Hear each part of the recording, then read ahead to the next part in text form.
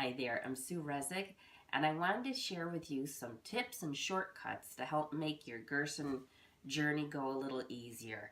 And these are the things that have worked for me and make a huge difference.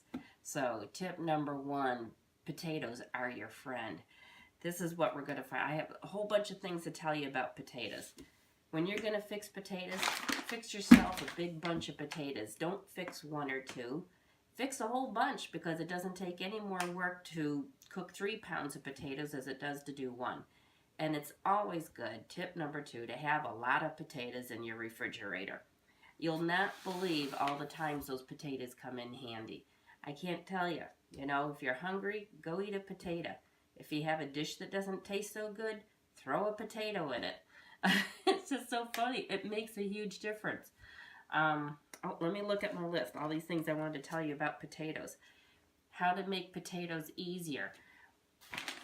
We're always cooking Hippocrates soup. What, every other day or on the third day? Throw a whole bag of potatoes in with it while it's cooking. And then after, 25 minutes, fish them back out again. And you know what? They even taste better when you cook them in the Hippocrates soup. It gives your potatoes more flavor because they're cooked in that flavorful broth. You're combining efforts. You're making the soup anyway. It doesn't take you any more time to put the potatoes in it and take them back out. So that's a really good trick to do, is to cook your potatoes along with something else that's cooking.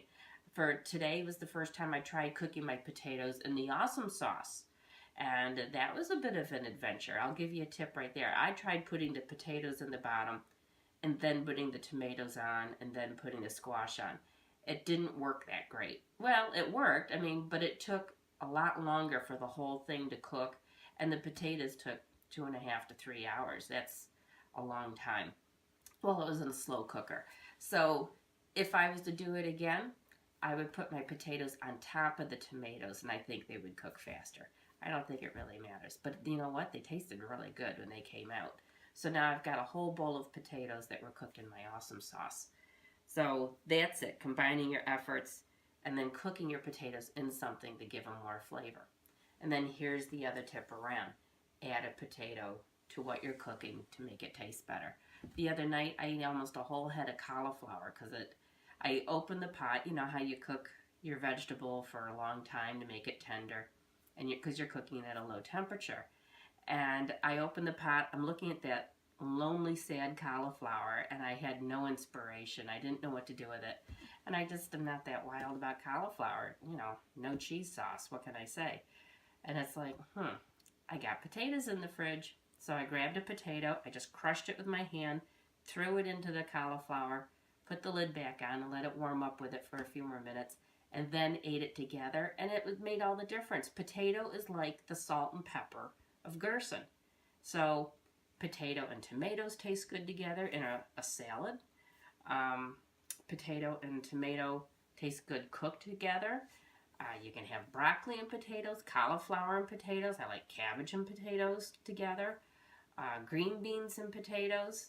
You kind of get the idea. Anything in potatoes. Beets and potatoes taste really good. It makes a really good salad with beets and potatoes. I'll do a recipe on that for you sometime.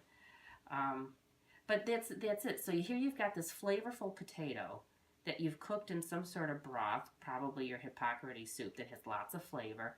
You take that potato and add it to something else that you're already eating. It just tastes so much better. So there's all your potato tips. All right, tip number two. Always have your awesome sauce on hand. I know you think I'm a nut about the awesome sauce, but I have to tell you, it makes such a difference, and here's why. And it's not just what you think. It's not just because it adds flavor, which it does, but it's also because it's an already cooked vegetable. Think about it. You've got tomatoes and squash cooked together, and so sometimes when you have a meal and you've got a potato and you got a salad and you're thinking, what am I going to have for a vegetable? You've got a cooked vegetable already there. You've got your awesome sauce. You can just heat it up, like a nice big scoop of it. So what, you got maybe 3/4 of a cup of awesome sauce. You dice up your potato in it, throw it on the stove and warm it up. You've got a nice soup with a potato in it. That just makes for an easy, and an easy solution sometimes when you don't know what to have for your cooked vegetable or you're too tired to cook something. You've got your handy awesome sauce on hand. So you can see I am down to the very end of my last batch of awesome sauce. And here's the beginning of my next batch. I just made that today. I still have to puree it. And I'm just going to keep that on hand. Now, not only does it have an Italian flavor to it, but you know, you can turn it into a French dressing.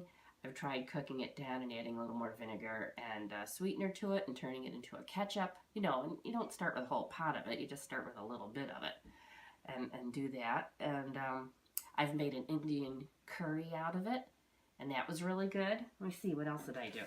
French, Indian, Italian. Oh, I made a cacciatore with it the other night, and that turned out fabulous. My husband had chicken cacciatore, and I made myself a cacciatore without the chicken, but I used peppers and extra tomatoes, and it was great.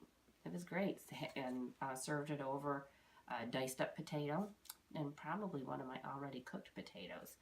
I did that.